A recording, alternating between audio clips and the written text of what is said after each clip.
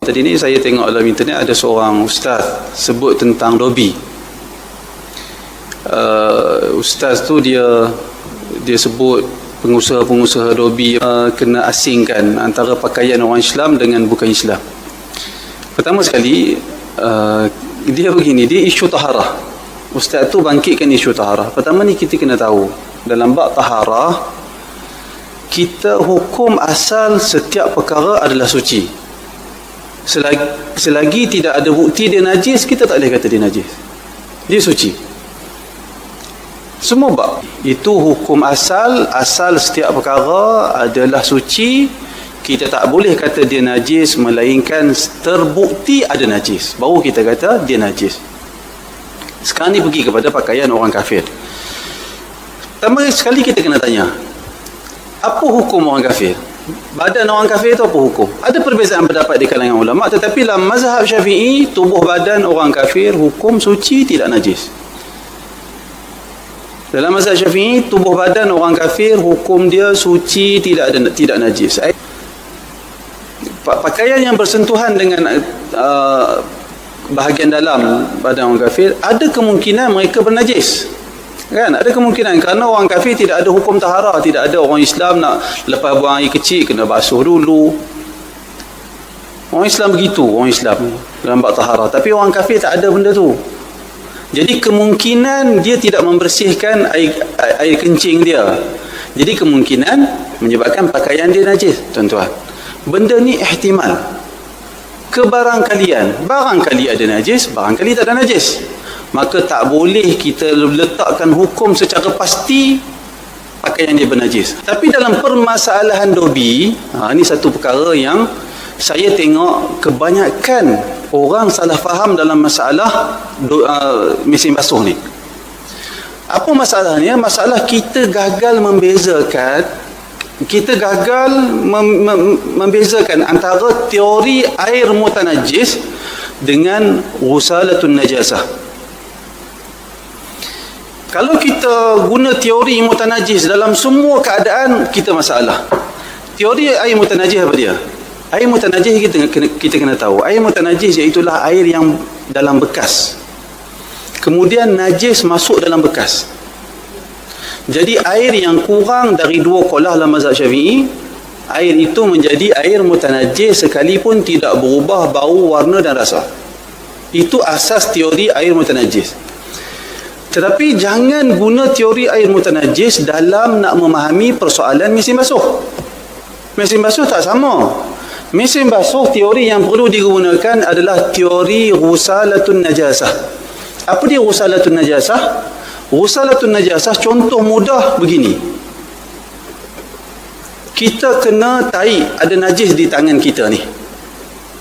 Kita nak basuh najis tu. Kita tak ada air banyak, kita ada air besar ni sahaja.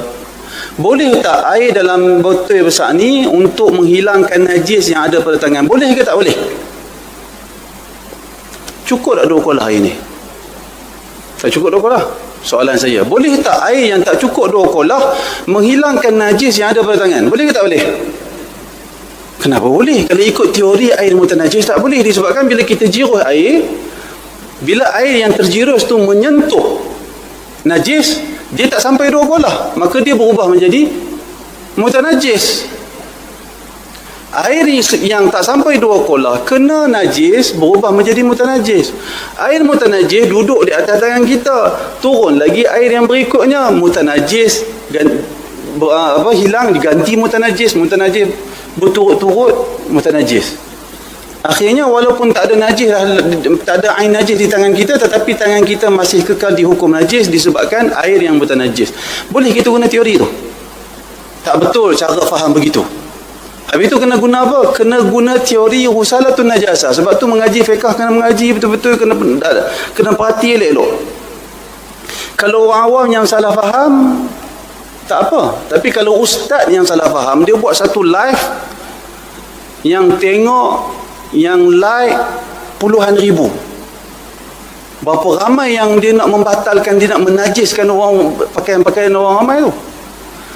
Saya pesan betul-betul, perhatikan elok persoalan ghusalatun najasah. Ghusalatun najasah secara ringkas dia, pandangan yang terpilih dalam mazhab Syafi'i, iaitulah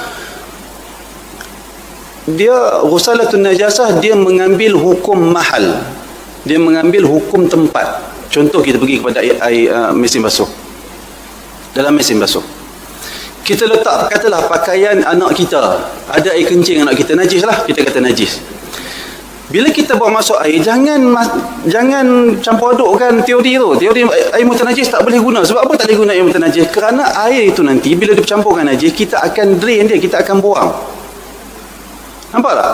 Sama dengan tadi ni, bila kita ada air najis atas tangan kita, air yang tak cukup 2 kolah, kita tuang. Bila air najis tu hilang dari tempat tangan kita ni, setelah hilang air najis, maka air yang berikutnya mengambil hukum mahal, mengambil hukum tempat. Tidak ada lagi air, maka air yang datang berikutnya dia dianggap suci, tak ada isu mutanajis. Kerana teori mutanajis untuk isu air bertakung. Ghusalatun najasah, isu air yang kena najis dan dia pergi. Nampak tak? Sama dengan isu mesin basuh. Mesin basuh kita bawa masuk air, kita drain buang. Bawa masuk lagi air, drain buang. Air itu menarik bersama najis sehingga tidak meninggalkan kesan bau, warna dan rasa. Pakaian yang datang kemudian, dia jadi air yang ada dalam mesin tu, tengok air las tu yang ada dalam mesin tu, tempat tu suci ke belum? Kalau dia suci, maka air tu sama hukum seperti tempat. Jelas tak? Isu ghusalatun najasah bukan ulama-ulama moden yang sebut. Kalau kita sebut tokoh ulama Melayu, Syekh Daud Fatani telah sebut isu ghusalatun najasah di dalam kitab dia Matla'ul Badrain. Itu kitab Matla'ul Badrain. Dah sebut, cuma dia tak guna perkataan ghusalatun najasah. Dia cerita tentang air najis lah, macam mana membersihkan tempat yang bernajis. Jadi saya pesan secara ringkasnya, maka pengusaha dobi layan diri tidak semestinya mereka melakukan pengasingan. Ni dobi untuk non-muslim, ni dobi muslim. Tak semestinya. Mereka tak buat pengasingan tu pun tak ada masalah. Kerana keberadaan najis pada pakaian non-muslim hanya satu kebarangkalian. Itu satu isu.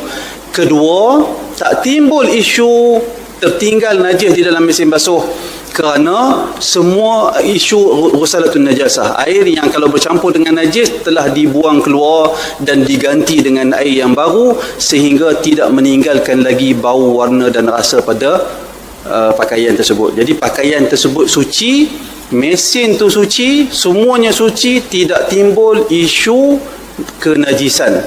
Bahkan sebenarnya tak timbul isu makruh. Dobi lain dia itu tak timbul isu makruh disebabkan teori ghusalatun najasah. Jadi saya nasihatkan kepada para ustaz, study betul-betul bab ghusalatun najasah, pisahkan dalam bab nak memahami mesin basuh dengan teori air mutanajis. Wallahu a'lam.